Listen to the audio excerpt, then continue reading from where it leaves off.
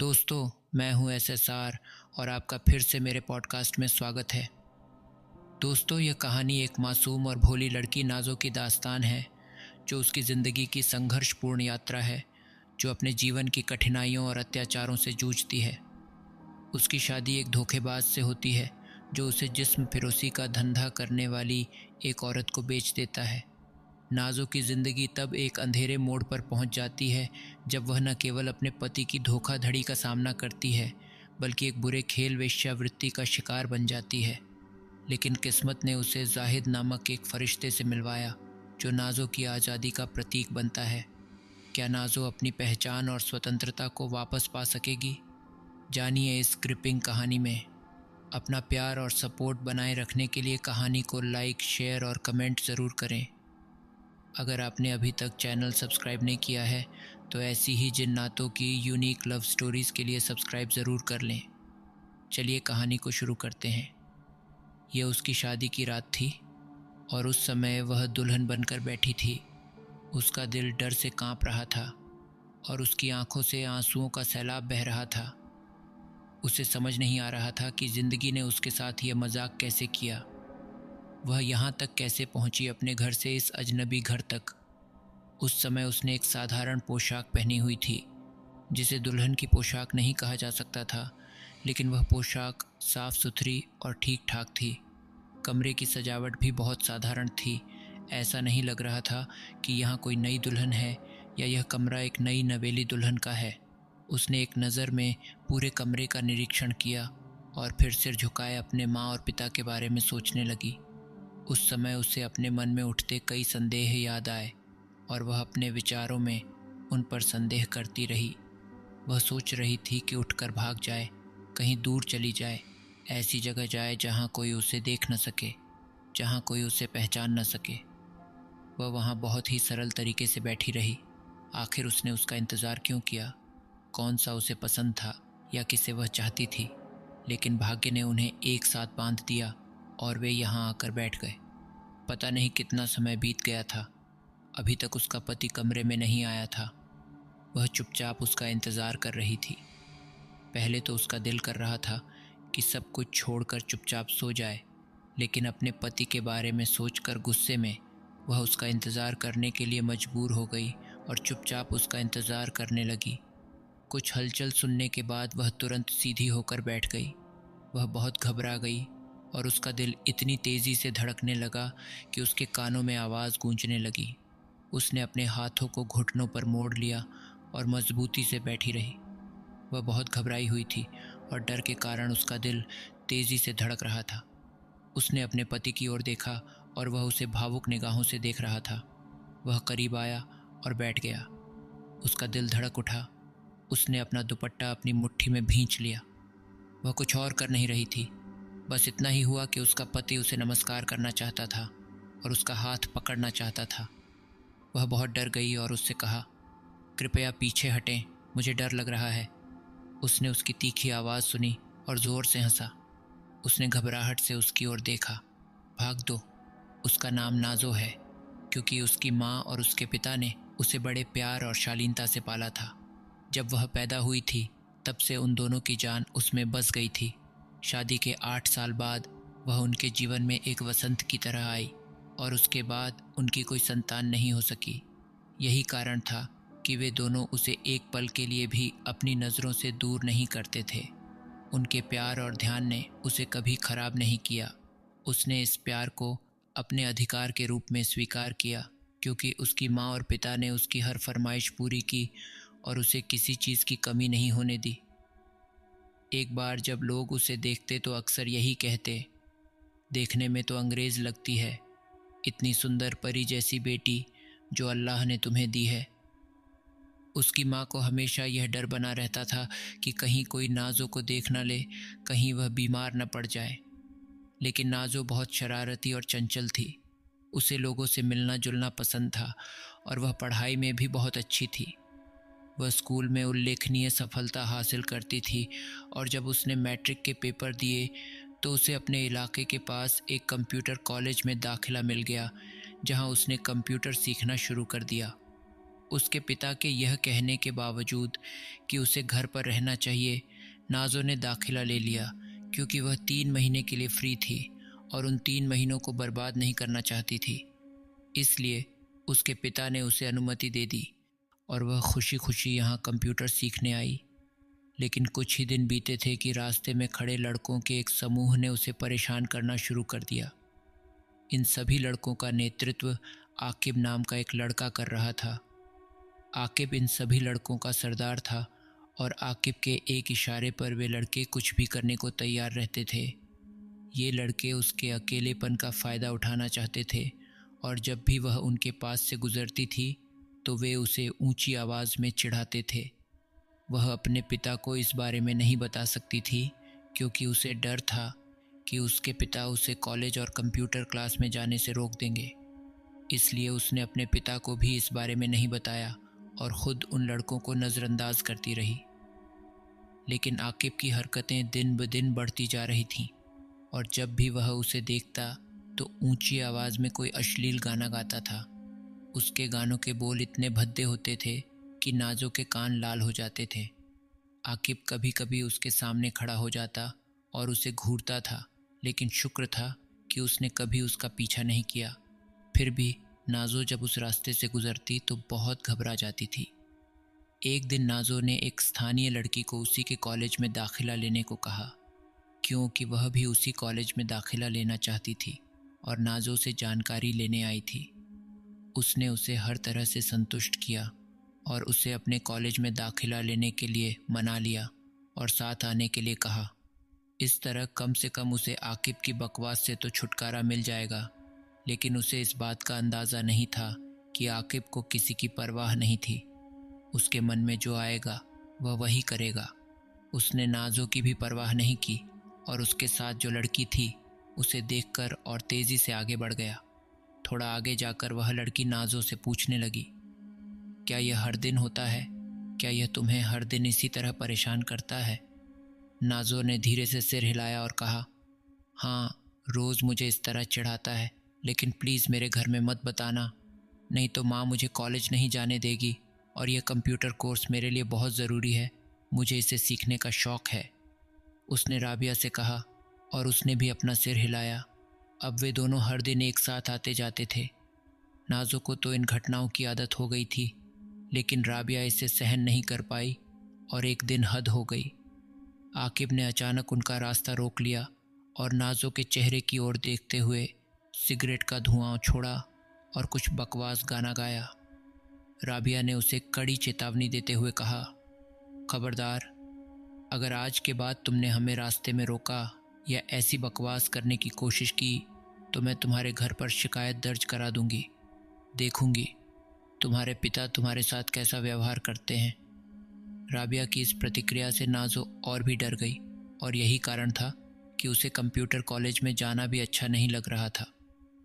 उसे डर था कि अगर आकिब ने यह बात दिल पर ले ली तो शायद वह उन्हें नुकसान पहुंचाने की कोशिश करेगा। अगले दिन जब कॉलेज का समय आया तो राबिया कॉलेज नहीं गई। नाज़ो को चिंता होने लगी। उसने कॉलेज से राबिया के बारे में पूछा, लेकिन उसे कोई जानकारी नहीं मिली। जब यह बात उसकी माँ को पता चली तो वह बहुत चिंतित हो गई और तुरंत राबिया के कॉलेज की ओर चल पड़ी। शाम हो चुकी थी और राबिया का कुछ पता नहीं चल पा रहा था। ये देखकर उसकी माँ और अधिक चिंता में डूब गई। मगरिब के बाद ईशा का भी समय हो गया था और रात के 10 बजने वाले थे। राबिया का अभी भी कोई पता नहीं था। अब पूरा मोहल्ला चिंतित हो गया था और हर कोई अपने अपने अनुमान लगाने लगा था। लोग कहने लगे कि वह भाग गई होगी, लेकिन नाज़ो का दिल यह मानने को तैयार नहीं था। डर के मारे उसकी जान सूख कर काँप रही थी और उसका ध्यान बार बार आकिब पर जा रहा था, जबकि आकिब भी गली में मौजूद था और मोहल्ले के बाकी लोगों की तरह चिंतित दिख रहा था। लेकिन नाज़ो को समझ में आ रहा था कि आकिब की यह चिंता एक नाटक के अलावा और कुछ नहीं थी। पहले तो नाज़ो ने सोचा कि वह आकिब के बारे में सबको बता देगी, लेकिन फिर उसने ज़िद पकड़ ली कि अगर पापा को पता चल गया तो वह उसे कॉलेज जाने से रोक देंगे। राबिया के गायब होने से पूरे इलाके में डर फैल गया था। हर घर में चिंता का माहौल था। और लड़कियों के माता पिता भी बहुत डरे हुए थे। किसी को कुछ समझ नहीं आ रहा था कि आखिर क्या हो रहा है, इस हादसे के पीछे क्या कारण हो सकते हैं। पूरी रात बीत चुकी थी। राबिया के माता पिता की हिम्मत जवाब दे चुकी थी। उन्हें यह समझ नहीं आ रहा था कि अब राबिया को कौन स्वीकार करेगा, कौन उससे शादी करेगा। वे बहुत चिंतित थे। अगले दिन दोपहर के समय राबिया का घायल शरीर सड़क के किनारे पड़ा मिला। पता नहीं उसे कब यहाँ फेंक दिया गया था। राबिया की सांसें बहुत हल्की चल रही थीं और ऐसा लग रहा था जैसे उसके साथ बहुत अन्याय हुआ हो। राबिया की हालत देखकर पूरा मोहल्ला परेशान हो गया। उसके शरीर पर हुई क्रूरता की कहानी साफ झलक रही थी। जब नाज़ो ने उसे इस हालत में देखा तो उसने बेबसी से अपना हाथ अपने मुंह पर रख लिया। राबिया बहुत बुरी हालत में थी। राबिया को तुरंत अस्पताल ले जाया गया, लेकिन कुछ ही घंटों में उसने इस नश्वर दुनिया को अलविदा कह दिया। यह एक बड़ी त्रासदी थी जिससे पूरा इलाका कई दिनों तक शोक में डूबा रहा। सभी यही सोच रहे थे कि राबिया का गुनहगार कौन है। नाज़ो के मन में एक अजीब सा शक घर कर गया था। उसे लग रहा था कि यह सब आकिब की चाल है। ज़रूर उसने ही राबिया के साथ कुछ बुरा किया होगा। कुछ दिनों की खामोशी के बाद नाज़ो को पछतावा होने लगा। वह हर पल राबिया का चेहरा याद करती और ख़ुद को रोक नहीं पाती। आखिरकार उसने अपने माता पिता को सब कुछ सच सच बताने का फ़ैसला किया। उसने उन्हें पूरी बात बताई। नाज़ो के माता पिता उसकी बात सुनकर बेहद चिंतित हो गए, क्योंकि अगर आकिब इतना दूर जा सकता है कि राबिया के साथ यह सब कर सके, तो वह नाज़ो के साथ भी कुछ गलत कर सकता है। इसलिए नाज़ो के पिता ने सबसे पहले उसका कॉलेज छुड़वा दिया और उसे घर पर ही रहने की सलाह दी। इसके बाद उन्होंने नाज़ो की माँ से कहा कि वह उसके लिए कोई अच्छा रिश्ता ढूंढे। नाज़ो इस समय शादी के लिए तैयार नहीं थी। उसने अपने पिता को समझाने की कोशिश की कि वह अभी शादी नहीं करना चाहती, बल्कि आगे पढ़ाई करना चाहती है। लेकिन उसके पिता ने कहा, बेटा, अब हालात बहुत गंभीर हैं। मैं आकिब का सामना नहीं कर सकता। वह जवान है और उसका उठना बैठना बड़े लोगों के बीच है। मैं नहीं चाहता कि वह तुम्हें नुकसान पहुंचाए। अगर ऐसा हुआ तो मैं जीते जी मर जाऊंगा। तुम मेरी बात मान लो, इसके बाद मैं तुम्हारी हर बात मानूंगा। नाज़ो के पिता ने उसे बहुत समझाया और उसने कुछ नहीं कहा। हालांकि नाज़ो आगे पढ़ाई करना चाहती थी, लेकिन उसने अपनी इच्छाओं के लिए आवाज़ नहीं उठाई। उसके माँ और पिता ने यह मान लिया कि शादी के बाद आकिब नाज़ो को परेशान नहीं करेगा, इसलिए वे हर रिश्ते को ध्यान से देख रहे थे। फिर एक दिन आकिब खुद उनके घर के दरवाजे पर आया। नाज़ो की माँ ने उसे देख लिया और बहुत घबरा गई। उसने अपने पति को इस बारे में बताया। उन्होंने कहा, नाज़ो अभी जवान है, आज नहीं तो कल हमें उसकी शादी करनी ही है। हम इसे ज़्यादा देर तक अकेला नहीं छोड़ सकते। अगर कोई अच्छा रिश्ता मिलेगा तो हम कुछ दिनों बाद उसकी शादी कर देंगे। सब कुछ ठीक चल रहा था, लेकिन अचानक नाज़ो ने कहा कि कोई रात को घर पर आया और उसने दरवाज़ा भी खटखटाया था। यह सुनकर नाज़ो के अब्बू और अम्मी बोले, इससे तो उसकी इज्जत चली जाएगी। हमें जल्दी से अपनी बेटी का रिश्ता तय करना चाहिए ताकि उसकी सुरक्षा सुनिश्चित हो सके। नाज़ो के माता पिता हर दिन बहुत डरे हुए रहते थे, क्योंकि नाज़ो को लगातार धमकियाँ मिल रही थीं। एक दिन एक स्थानीय महिला जो रिश्ते तय करती थी उनके घर आई और कहा कि उसके पास एक आदमी है जो शादी करना चाहता है। वह जवान है और उसके पास अपना घर और व्यवसाय है। जब नाज़ो के माता पिता ने उसके बारे में और जानकारी मांगी तो उन्हें बताया गया कि वह अकेला रहता है और उसकी कोई पारिवारिक जिम्मेदारी नहीं है। लेकिन सच्चाई यह थी कि जिसने यह रिश्ता कराया था उसे भी उस लड़के के बारे में कोई ख़ास जानकारी नहीं थी। उसकी असली मंशा सिर्फ पैसे कमाना थी। एक दिन वह स्थानीय महिला जो रिश्ते तय करती थी उनके घर आई और उन्हें बताया कि मेरे पास एक आदमी है जो शादी करना चाहता है। वह युवा है, उसकी फैमिली में कोई नहीं है, वह अकेला है, उसका अपना घर और व्यवसाय है। लेकिन सच्चाई यह थी कि जिसने रिश्ता तय किया था उसे लड़के के बारे में कोई जानकारी नहीं थी। वह केवल इतना जानती थी कि नाज़ो का परिवार पैसे को ही लक्ष्य मान रहा था। परिवार को हर तरह से यह रिश्ता बेहतर बताया गया था। पिता ने सोचा कि अगर लड़के का अपना व्यवसाय है और वह अकेला है तो बेटी खुश रहेगी, बाकी बातें समय के साथ हो जाएंगी। नाजो ने अपने पिता से ज़्यादा कुछ नहीं पूछा क्योंकि उसने वही किया जो उसे उचित लगा। नाजो अपनी किस्मत के अचानक पलट जाने से हैरान थी। वह जानती थी कि यदि वह कॉलेज नहीं गई होती तो उसे इतनी जल्दी शादी नहीं करनी पड़ती। अजीब से ख्यालात उसे परेशान करने लगे। उसकी रातों की नींद उड़ गई और चेहरे से मुस्कान भी गायब हो गई। पिता ने शुक्रवार को शादी तय कर दी और इस दिन उसे एक साधारण पोशाक पहनाकर विदा किया गया, जैसे वह सब्जी खरीदने के लिए बाजार जा रही हो। उसके पिता ने कहा था कि शादी में कोई रुकावट नहीं होनी चाहिए, इसलिए न शहनाई थी, न ढोल, न मेहंदी। लड़का भी दूर का था, इसलिए वह अपने कुछ दोस्तों के साथ अकेला ही आया और शादी करके नाजो अपने पति के घर चली गई। रिवाज था कि विदाई पर वे अपनी बेटी के साथ घर नहीं जाते थे, इसीलिए नाजो अपने पति के साथ अकेली वहाँ चली गई। लेकिन वहाँ की सादगी देखकर वह हैरान रह गई। उसे समझ नहीं आ रहा था कि आकिब की रुकावट के कारण उसने घर पर कोई बात नहीं की थी और न ही तैयारी की थी। लेकिन यहाँ भी क्या समस्या थी? उसके पति ने भी कोई तैयारी क्यों नहीं की? वह अकेली बैठी इन अजीब सवालों में उलझी रही। उसके मन में कई तरह के विचार आ रहे थे जिन पर उसका कोई नियंत्रण नहीं था। इतने में नाजो का पति कमरे में आया और उसका हाथ पकड़ने की कोशिश की। वह तुरंत पीछे हट गई और बोली, मेरे पास से हट जाओ, मुझे डर लग रहा है। वह ज़ोर से हंस पड़ा, जिससे नाजो थोड़ी शर्मा गई और उसे ऐसा लगा कि उसने उसे गलत समझा। लेकिन फिर उसके पति ने कहा, तुम शांति से सो जाओ, मैं नीचे बिस्तर लगा दूंगा। यह कहकर वह वॉशरूम में चले गए। भाग से जब वह वापस आया तो उसने बिस्तर से अपना तकिया उठाया और फर्श पर चादर बिछा दी। वास्तव में यह उसके पति की चाल थी और नाजो उसे आश्चर्य से देख रही थी। वह सोच रही थी कि उसका पति बहुत साधारण लग रहा है। उसका नाम नवाज था। पहली नज़र में वह किसी को प्रभावित करने में असफल रहा था, लेकिन नाजो को समझ नहीं आ रहा था कि उसमें ऐसा क्या था कि वह अचानक इस तरह उठकर ज़मीन पर लेट गया। नाजो भी चुपचाप बिस्तर के कोने पर जाकर लेट गई और धीरे से अपनी आंखें बंद कर लीं।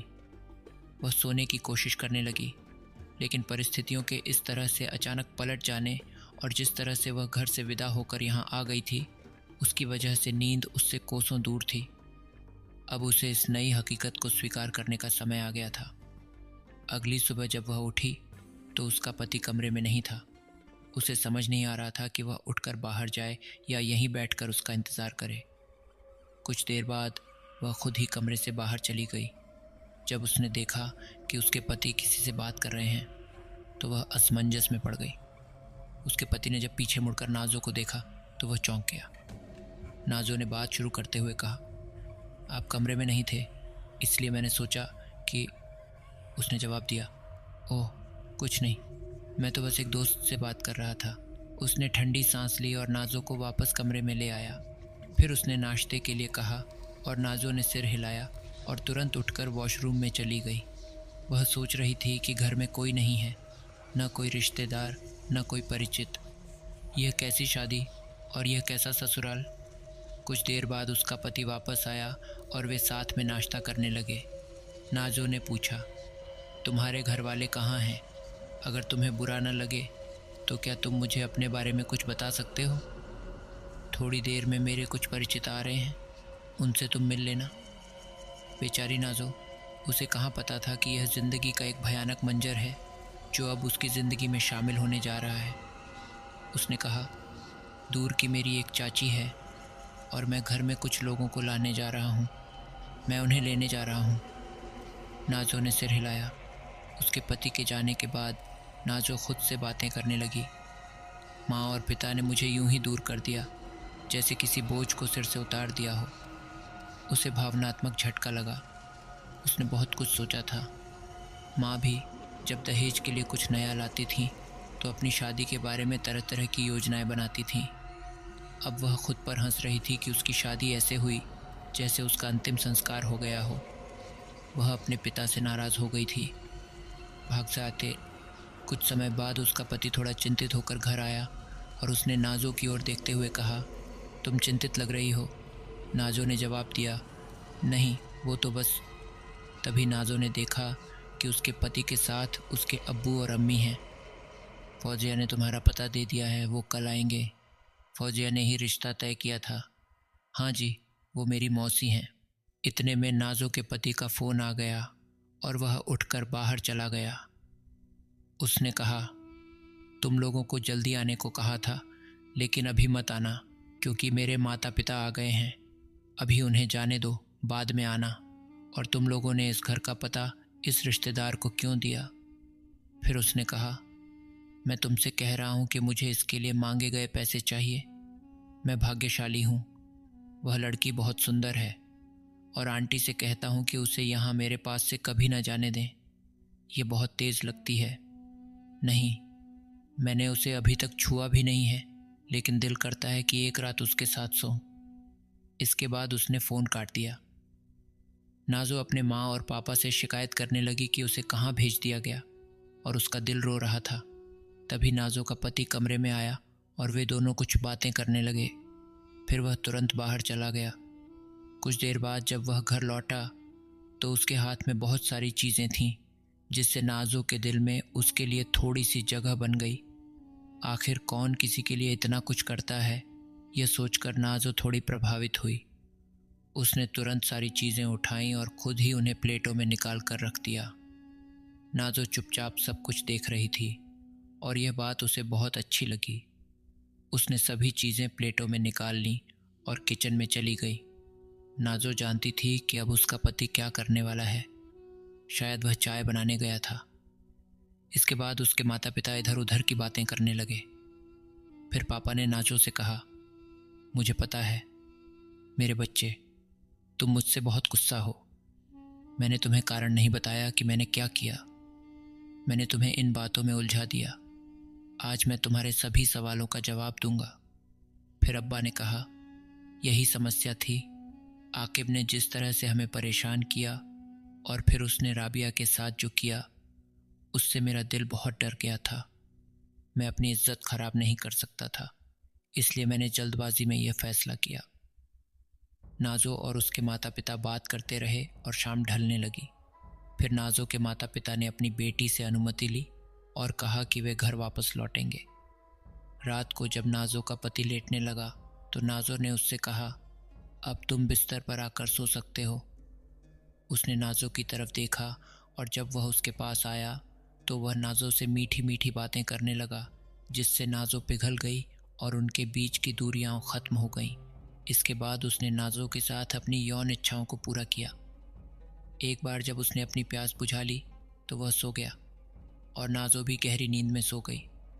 लेकिन तभी उसका पति जाग गया। वह उठा और उसने अपना फ़ोन निकाला और किसी को कॉल करने लगा। उसने कहा, सुनो, मैं अपने मकसद से कामयाब हो गया हूँ। अब तुम लोग सुबह घर आ जाओ और इस लड़की को ले जाओ। अपना सारा इंतज़ाम करके आओ। मुझे मेरी ज़रूरत के पैसे नकद चाहिए, क्योंकि मैं बाद में यहाँ से चला जाऊँगा और हमारा कोई संपर्क नहीं रहेगा। इतना कहकर उसने फ़ोन काट दिया और नाजो के पास आकर लेट गया। जब सुबह हुई तो उसका पति उससे पहले उठ गया। नाजो ने भी रात की सारी दूरी के बाद अपने पति को स्वीकार कर लिया। उसने कहा, उठो, मैं नाश्ता लेकर आया हूँ और मेरी मौसी और मेरा परिवार भी तैयार होने की कोशिश कर रहा है। वह उठकर नहाने चली गई और कमरे में बैठने के लिए तैयार हो गई।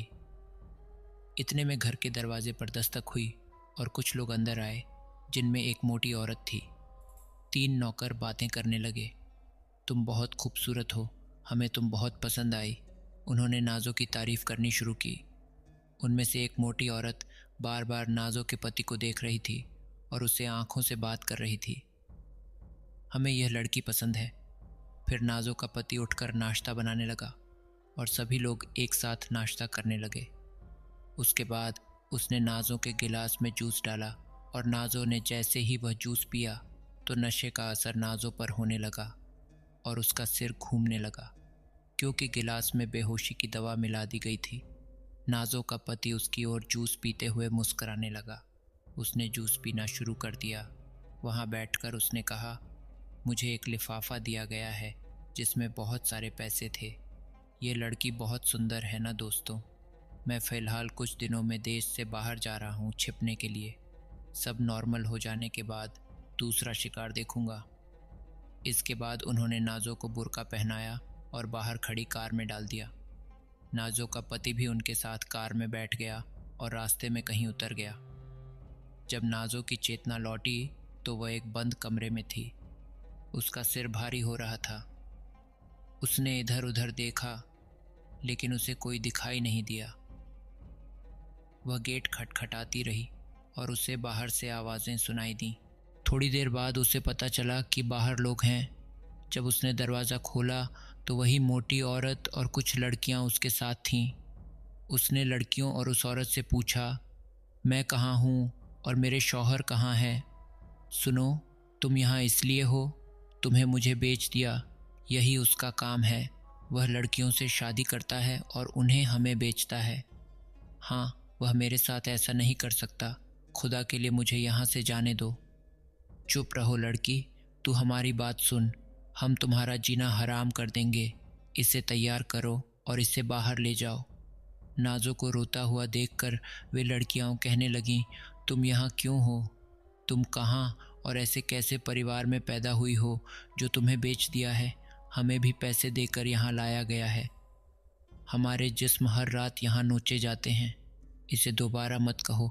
मैं तुम पर, तुम्हारी हर बात पर यकीन करती हूँ। बस खुदा के लिए मुझे मार दो। लड़कियों ने मना कर दिया और वहाँ से चली गईं और नाज़ो रोती रही। वह अपने माता पिता को कोसने लगी और रोते हुए चिल्लाई, तुम लोगों ने मुझे नर्क में भेज दिया। उसकी चीख सुनने वाला वहाँ कोई नहीं था और उसकी मदद करने वाला कोई नहीं था। नाज़ो को अंधा कर दिया गया, उसे यातनाएं दी गईं, उसे पीटा गया, लेकिन उसके चेहरे पर घाव ना हो जाए इसका ख्याल रखा गया, नहीं तो उस दाग वाली चीज़ का कोई मूल्य नहीं रह जाएगा। उसने उस मोटी औरत को कहते सुना कि अरे, आज बाजवा साहब की रात रंगीन हो जाएगी, नई और बड़ी पार्टी है, अच्छे पैसे मिलेंगे। इस लड़की को नशा करने का इंजेक्शन लगा दो ताकि वह सरवर में ही रहे और इसे नशे में धुत बाजवा के सामने ले आओ। इसके बाद नाज़ो बेहोश हो गई, यानी वह होश में थी लेकिन उसका दिमाग काम नहीं कर रहा था और उसका शरीर मतली से भरा हुआ था। इस इंजेक्शन का असर भी कुछ देर के लिए हुआ, मतलब नाज़ो पूरी तरह बेहोश नहीं थी। जब उसे कुछ लकड़ियों द्वारा कमरे में लाया गया तो लड़कियों ने बाजवा को देखकर कहा कि नाज़ो की नई जवान खूबसूरत लड़की केवल आपके लिए तैयार की गई है। यह पहली दफ़ा आपके साथ हमबिस्तर होगी जनाब। नाज़ो को कराची सागर के पास एक होटल में लाया गया। जो इंजेक्शन नाज़ो को दिया गया था उसका असर बहुत देर तक चला। नाज़ो होटल के कमरे में थी।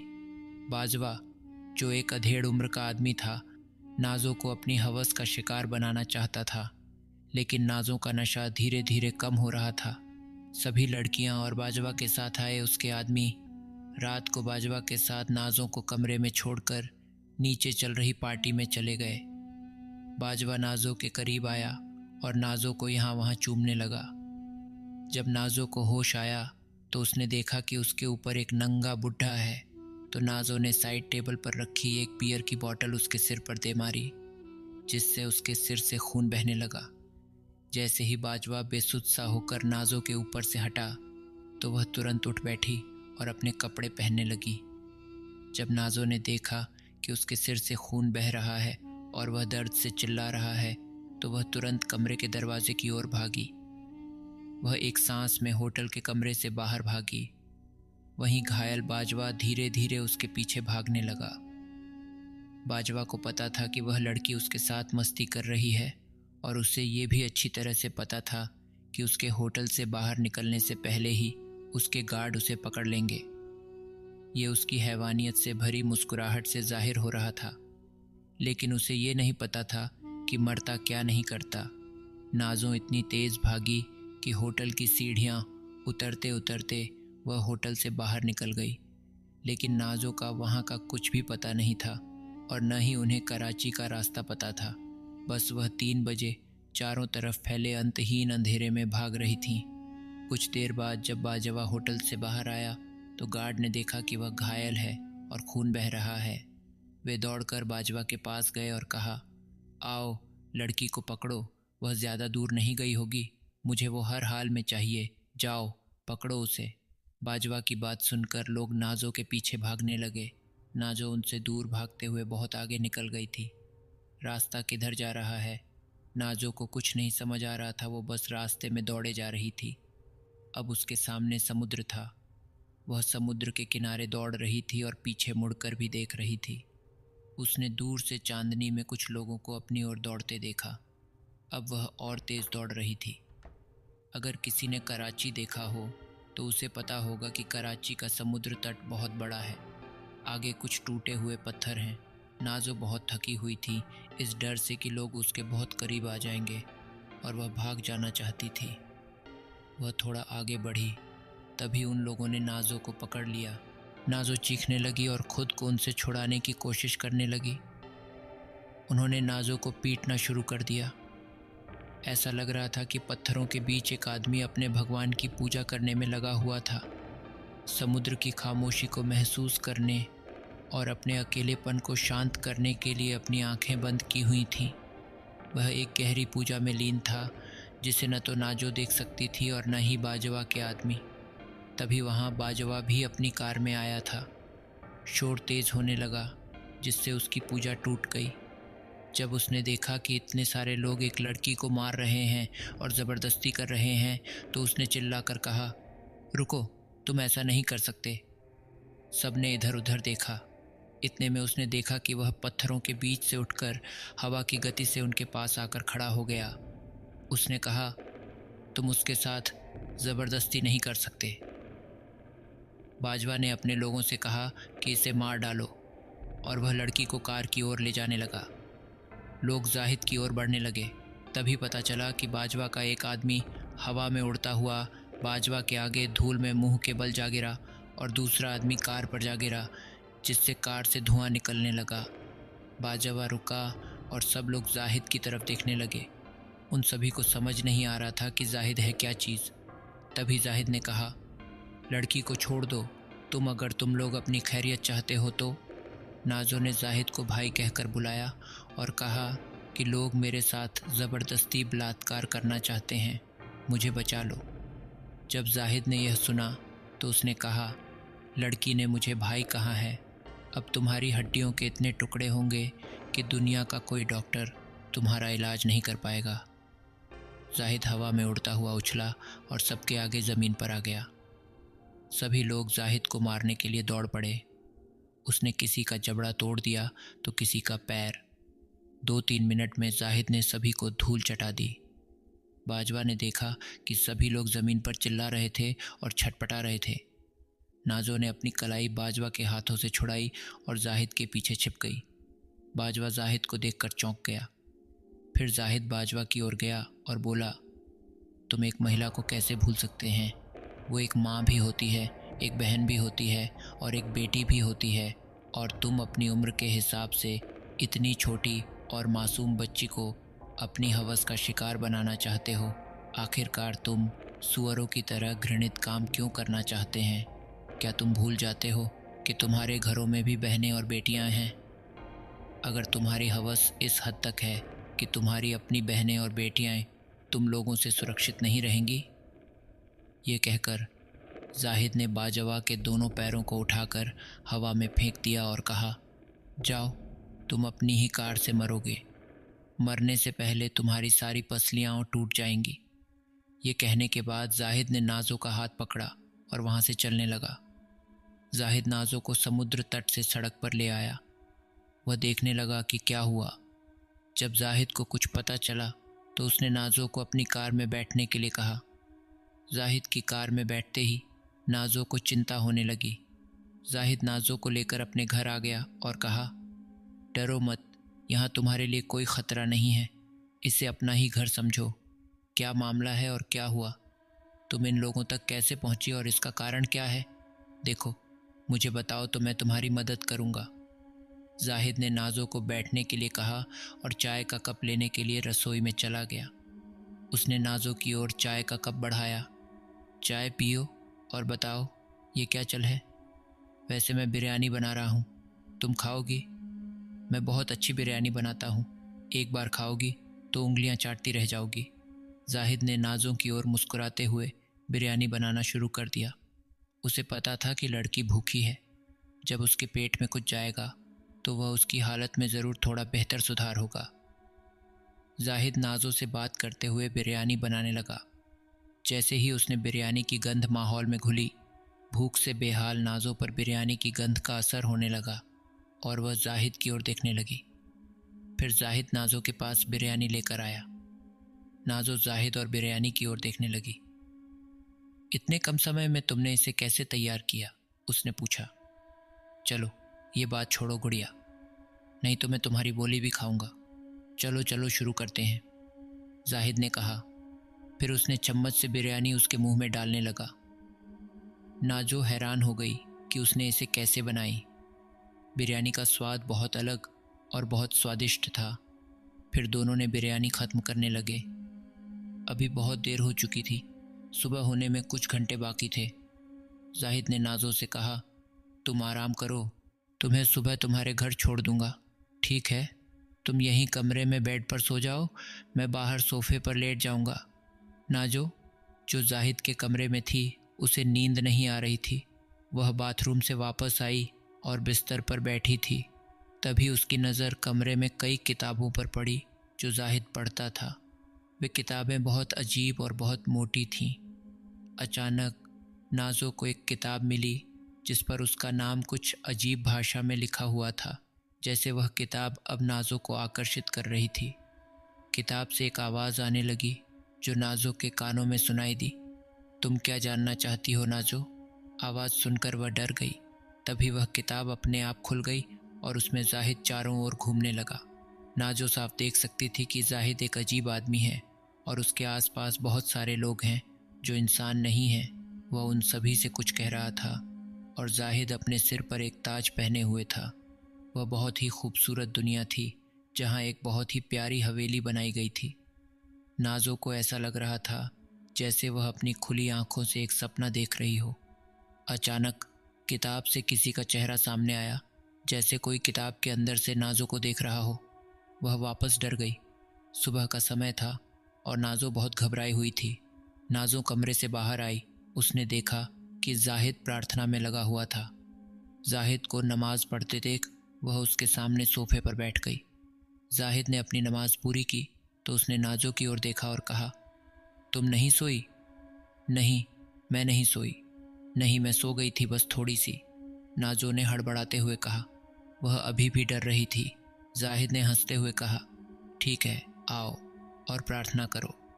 जब जाहिद ने नाज़ो के हालातों के बारे में पूछना चाहा तो नाज़ो रोने लगी।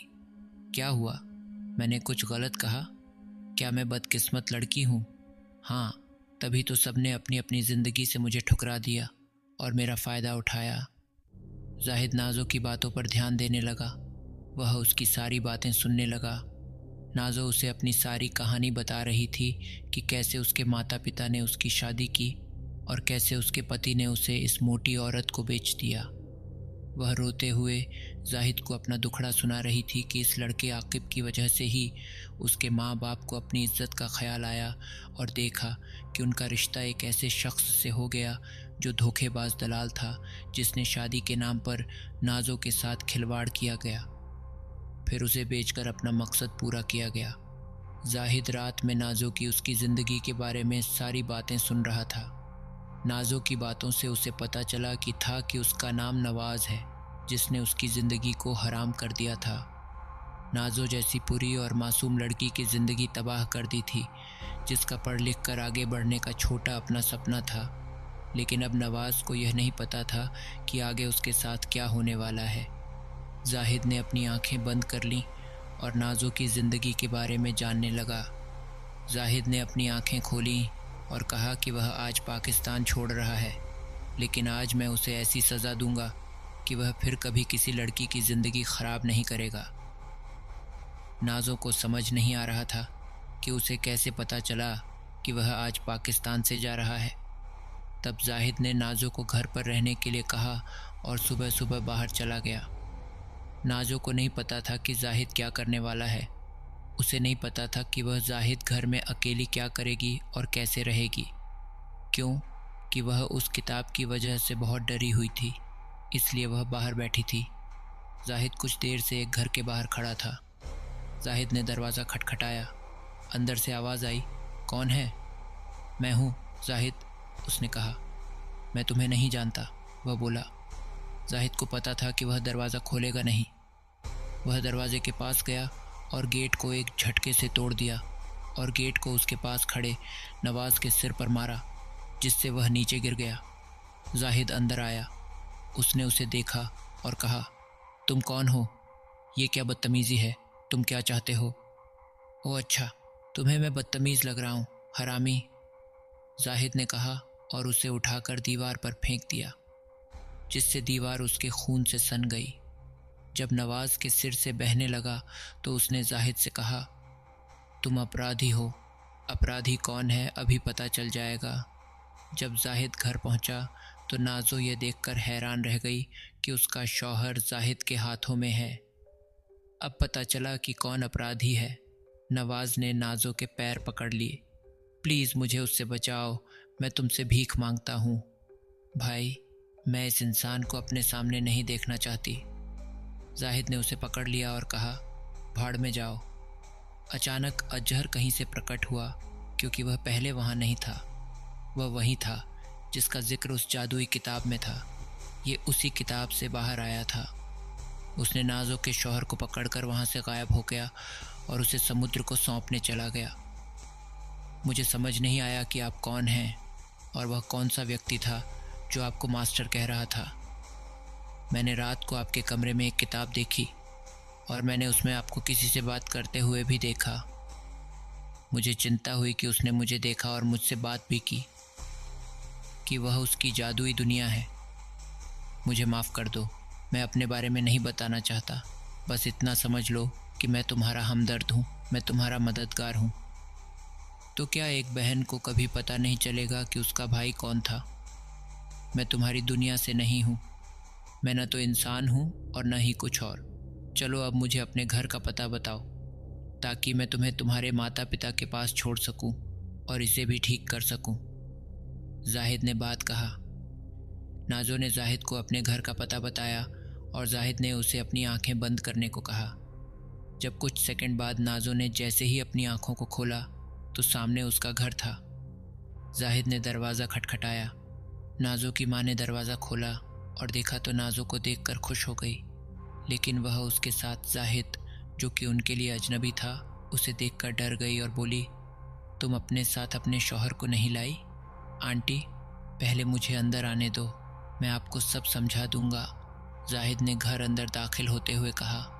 पहले आप मुझे ये बताइए, क्या नाजो आपकी बेटी नहीं है? क्या तुम उससे थक गए हो? तुमने उसके साथ गलत क्यों किया? सिर्फ अपने सम्मान की रक्षा के लिए, अपनी इज्जत बचाने के लिए? इस इज्जत की खातिर अपने बच्चों की कुर्बानी दोगे क्या? और बेटी देते वक्त तो ये तो सोचो कि वह गधा है या इंसान, और आकिब कौन है जिससे तुम लोग डरते हो? क्या कोई है जो इतना बड़ा बदमाश है? बेटा, हम डर गए थे समाज और अपनी बेटी के लिए। बेटा, मेरी विनती है कि तुम कुछ मत करना। आनन फानन में नाजो की शादी हो गई और हमें क्या पता था कि नाजो को बेच दिया गया था। शहर के लोग हमारे बारे में बात करेंगे तो क्या आप लोगों की वजह से अपनी बेटी को मार देंगे? कोई हद नहीं है। एक काम कीजिए, आप लोग गांव छोड़ दीजिए, मेरे साथ कराची आ जाइए, मैं आपकी मदद करूंगा, रोज़गार भी दूंगा। और नाजो, देखना, तुम्हारे लिए एक अच्छा लड़का भी मेरी नज़र में है, मैं उसकी शादी भी कर दूंगा। नाजो और जाहिद के माता पिता इस बात पर सहमत हो गए। फिर जाहिद कुछ दिनों के बाद वहाँ से लौट आया। नाजो और जाहिद के माता पिता कराची आए और नाजो को पढ़ने का शौक़ था, इसलिए उन्होंने उसे विश्वविद्यालय में प्रवेश दिलाया। उसका जीवन आगे बढ़ा और कुछ समय बाद नाजो ने शादी कर ली और वह अपने पति के साथ एक खुशहाल जीवन जी रही है। दोस्तों, कहानी समाप्त होती है। तो एक हमदर्द जिन्न और एक मजबूर लड़की की कहानी आपको कैसी लगी, कमेंट के साथ मेरे चैनल को सब्सक्राइब ज़रूर कर लें और ऐसी ही मज़ेदार कहानियाँ सुनने के लिए मुझसे जुड़े रहें। खुदा हाफिज़, बाय, टेक केयर, जय श्री राधे।